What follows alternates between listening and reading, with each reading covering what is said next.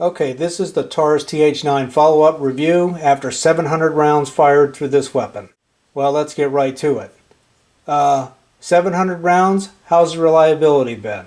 Well, it's been spot on perfect. No failures, nothing weird happening. The parts inside still look like they do when I first got the pistol. It's held up quite well.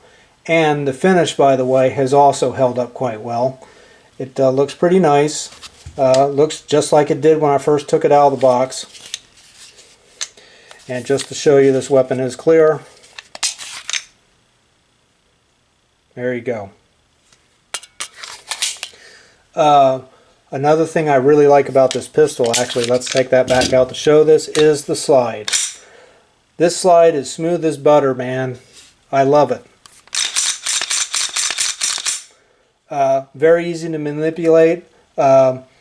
Anybody that has weaker hands, you know, female, elderly, beginner shooter, whatever, they will appreciate the easiness that this slide brings to this firearm.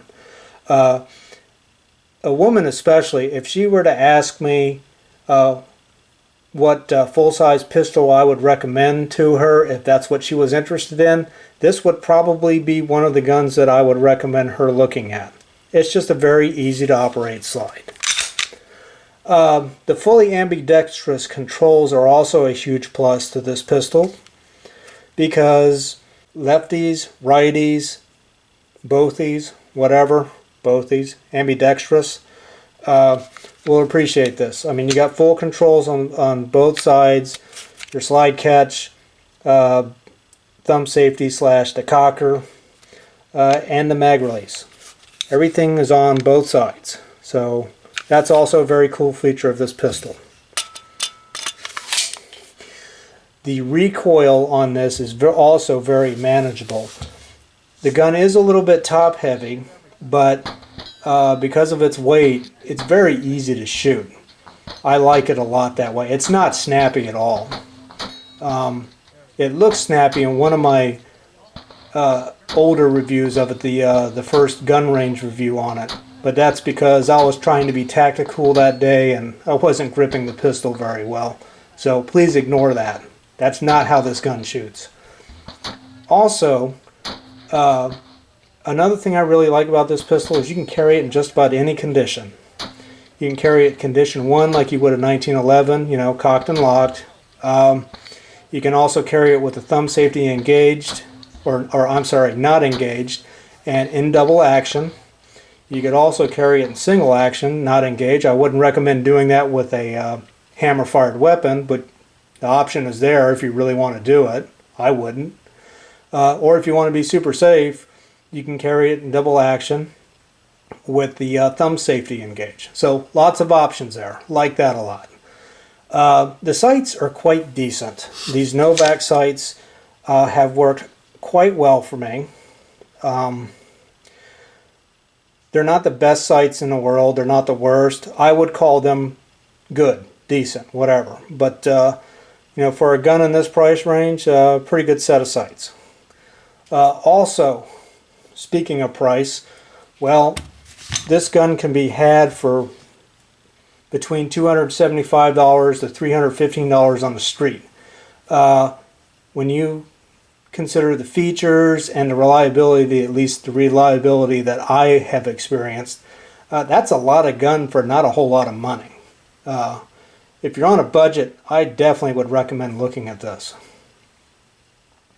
The ejection on the mag release is good when the button engages. We'll get into that here in a second. And last but not least, it's got a very nice case. In fact, this case is better than cases that I've seen on more expensive guns. But, you know, it's just a case, but it's a case that's going to last forever. You're not going to have to worry about it breaking. It's not going to. Which brings me to the cons. The same slide release button. Well, it's very sticky and mushy and just overall, I mean, yeah, as you can see there, it ejects fine, but it's very mushy. When I'm at the range, I often, because I'm hitting it a little bit off center, I have found the easiest thing for me to do when I have an empty mag in is basically I use the this side and I just push it directly with my index finger. Comes right out. So don't really like it a whole lot. It's not a deal breaker, but just be aware that you're not getting a mag release like you would find on a SIG or a Glock or a Smith & Wesson or what have you. It's kind of an afterthought. Don't really like it. The double action, on the other hand, also is not that great. It works, it's functional, but it feels gritty and it's uneven, and it really has not improved much with time. And it feels a lot heavier than it actually is. So, not really thrilled about that, but since this is a classic single double action, it defaults to single anyway, and the single action is good, so it's not really a big deal. Also, some people will not like where the trigger breaks, because it breaks like every other Taurus autoloader. It breaks way in the back. I don't have a problem with it, but some people might, so just putting that out there. Last but not least, and one of the biggest complaints in the comment section on the original review, you can't find any extra mags for this thing. I mean, it's impossible. I've looked everywhere, every place that has them listed. When I go to the product page for it, out of stock. So Taurus, please start making some more mags for this pistol. A lot of people like it, and I think a lot more people would probably consider getting it if they could get a third mag. I've had this pistol for 8 months. I have yet to find a third mag for it. So please, fix that. One correction I did want to mention is, in the original review, when I was talking about the lack of the Taurus locking system being there, security system, whatever you want to call it, was being right here on the slide. That was not correct. Somebody pointed out to me in comments, I can't remember who it was, but the lock on the PT809 was actually right here. So just making a quick correction on that. That's going to take it to the weigh test and the trigger pull gauge test, which I did not do in the original review because I didn't have the equipment to do it, but now I do, so let's go ahead and do that. Okay, now we're going to cover a couple of things that I did not cover in the original Taurus TH9 tabletop review. First thing we're going to do is weigh the pistol. We're going to do it with my brand new E-Tech City scale from Amazon. Pretty accurate little scale. Pretty cool one too. It's got a great display on it. So let's go ahead and power it up, and then we're going to zero this out. Okay, and we're going to weigh, as you can see, the gun is empty and I got an empty mag. Okay, so first thing we're going to do is weigh the pistol by itself. And we've got 25.5 ounces. Now we're going to weigh the mag by itself. And we've got 3.1 ounces. Okay? Now let's go ahead and weigh these two together.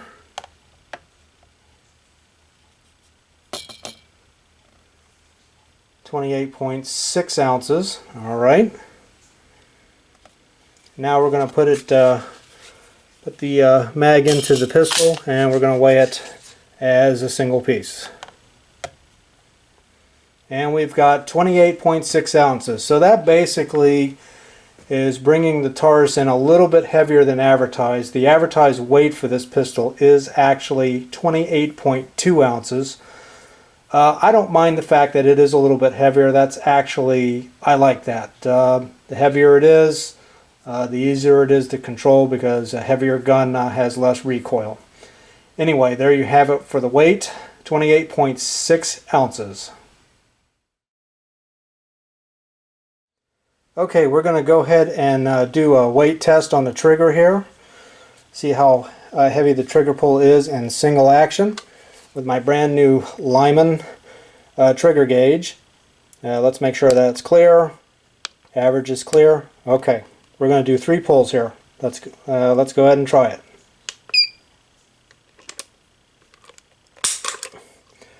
4 pounds, 8.6 ounces.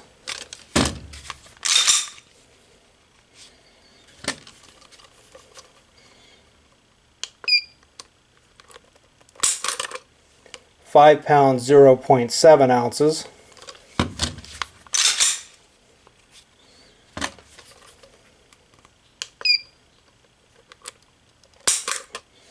4 pounds, 15.3 ounces, and that averages out to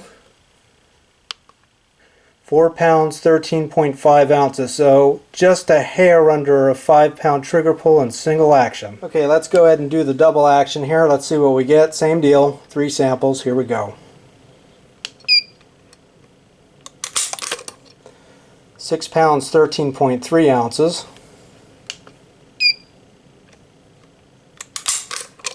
6 pounds, 15.6 ounces.